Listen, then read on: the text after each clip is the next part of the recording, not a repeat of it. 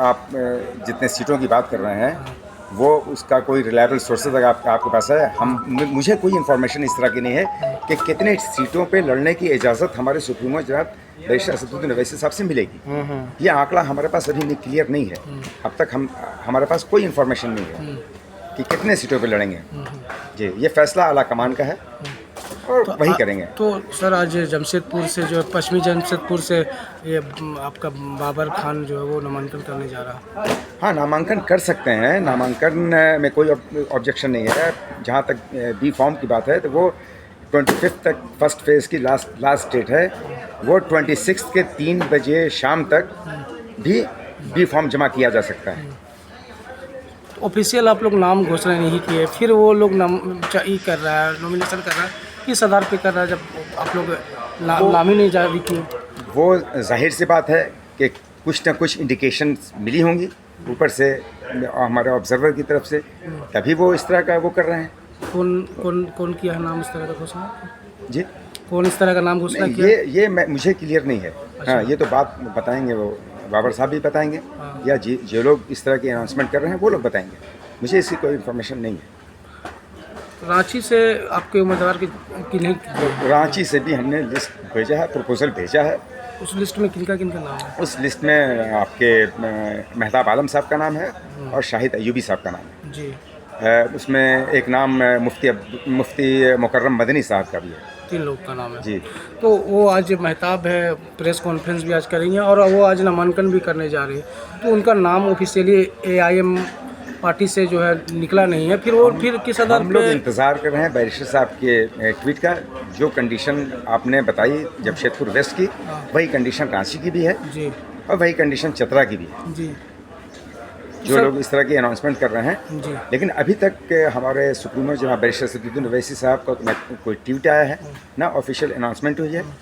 Indication मिली है, partial indication, उसी के आधार पर ये लोग अपनी दावेदारी कर रहे हैं या नॉमिनेशन फॉर्म फिलअप करने की बात कर रहे हैं। AIM पार्टी के जो है नए उम्मीदवार को आप लोग टिकट दिए हैं, बाकी पुराना कार्यकर्ता लोग भी नाराज़ हैं, तो क्या कहेंगे? देखिए, ये फैसला हर पार्टी में, चाहे वो नेशनल पार्टी हो, राष्ट्रीय पार्टी हो या जो भी पार्टियां हों, हर पार्टीज़ में इस तरह के केसेस होते हैं। तो हम उन कैंडिडेटों को क्या आधार था? राज्य में आंदोलन पार्टी के लिए काम किए थे या जन मुद्दों पर कितना काम किए थे?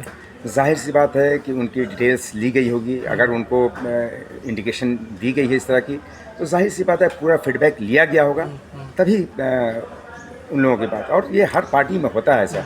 आज आपने देखा, आज ये लोबिन हेम्ब्रम को, सीता सोरेन को, गीता कोड़ा को, तो दल बदले, अमित यादव को। नहीं, वो तो दल बदले हैं। मान लीजिए आपकी पार्टी में कुछ नया कैंडिडेट आया, कोई नया कार्यकर्ता आया, पुराना कार्यकर्ता को छोड़कर नया कार्यकर्ता को उम्मीदवार घोषणा करना, पुराने कार्यकर्ता कितना पार्टी के लिए सही रहेगा? पुराने कार्यकर्ता अगर क्लेम करेंगे तभी तो उस पर कंसिडर किया जा सकता है, उस पर विचार किया जा सकता है। सारा कार्यकर्ता चुनाव नहीं लड़ने के लिए, वो संगठन का काम करता है, ऑर्गेनाइजेशन का काम करता है। चुनाव लड़ने की दावेदारी एक जिसने भी पेश की, इवन सोशल मीडिया के माध्यम से, हमको डायरेक्ट अगर एप्लीकेशन नहीं भी आई, रिक्वेस्टेड नहीं भी आया, उसके सोशल मीडिया पे भी आया, तो हमने उसका प्रपोजल, चूँकि हमारे आदेश बैरिस्टर असदुद्दीन ओवैसी साहब जो हमारे राष्ट्रीय अध्यक्ष हैं, उनका आदेश था कि जो जिस माध्यम से क्लेम करे, प्रपोजल दे, उनको भेजो, उनकी दावेदारी को तुम पुट अप करो। जी, आप 2 प्रत्याशियों का नाम लिए हैं, उम्मीदवारों का नाम लिए हैं, एक बाबर खान का और एक मेहताब के लिए। वो कब ज्वाइनिंग किए थे और उनको किस आधार पे आप लोग उम्मीदवार का घोषणा किए? वो तकरीबन 3 महीने पहले आपने ये ज्वाइन किया, आपके मेहताब आलम जो रांची हैं जी ना जी, और बाबर खान साहब जो एक बड़े रिनाउंड पॉलिटिकल पर्सनालिटी है। 35 साल से वो GMM में थे, केंद्रीय महासचिव थे अल्पसंख्यक प्रकोष्ठ के। तो एक बड़ा चेहरा था जी, उनकी अचीवमेंट थी, उपलब्धि थी जी, एक आंदोलनकारी, क्रांतिकारी नेता के रूप में उनकी छवि थी जी। उन सब को देखते हुए जी, तो ये जब इतना बड़ा बैकग्राउंड हो ना, तो उसमें कोई अर्थ नहीं रखता, कोई माना नहीं रखता कि हम वो 1 महीने पहले आए या 1 दिन पहले आए, 10 दिन पहले आए। और रांची से जो नाम लिए हैं मेहताब आलम का, उसका क्या आधार रहा? पार्टी पर, देखिए वो पार्टी के लिए? पहले भी सोशल एक्टिविस्ट के रूप में वो जाना माना चेहरा है, और अभी जो पार्टी जब से ज्वाइन किया उन्होंने 8 अगस्त को, हाँ, तो उसके बाद से न सिर्फ कैपिटल में रांची में बल्कि पूरे झारखंड में इसका मैसेज गया। जिस तरह से उन्होंने बैनर, पोस्टर, फ्लैक्स और इन सब के ज़रिए ये किया, तो मेरे ख्याल से जो 6 साल में हमारे पुराने कार्यकर्ताओं ने काम नहीं किया, वो 2 महीने में उससे ज़्यादा काम करके मेहताब आलम में दिखाया।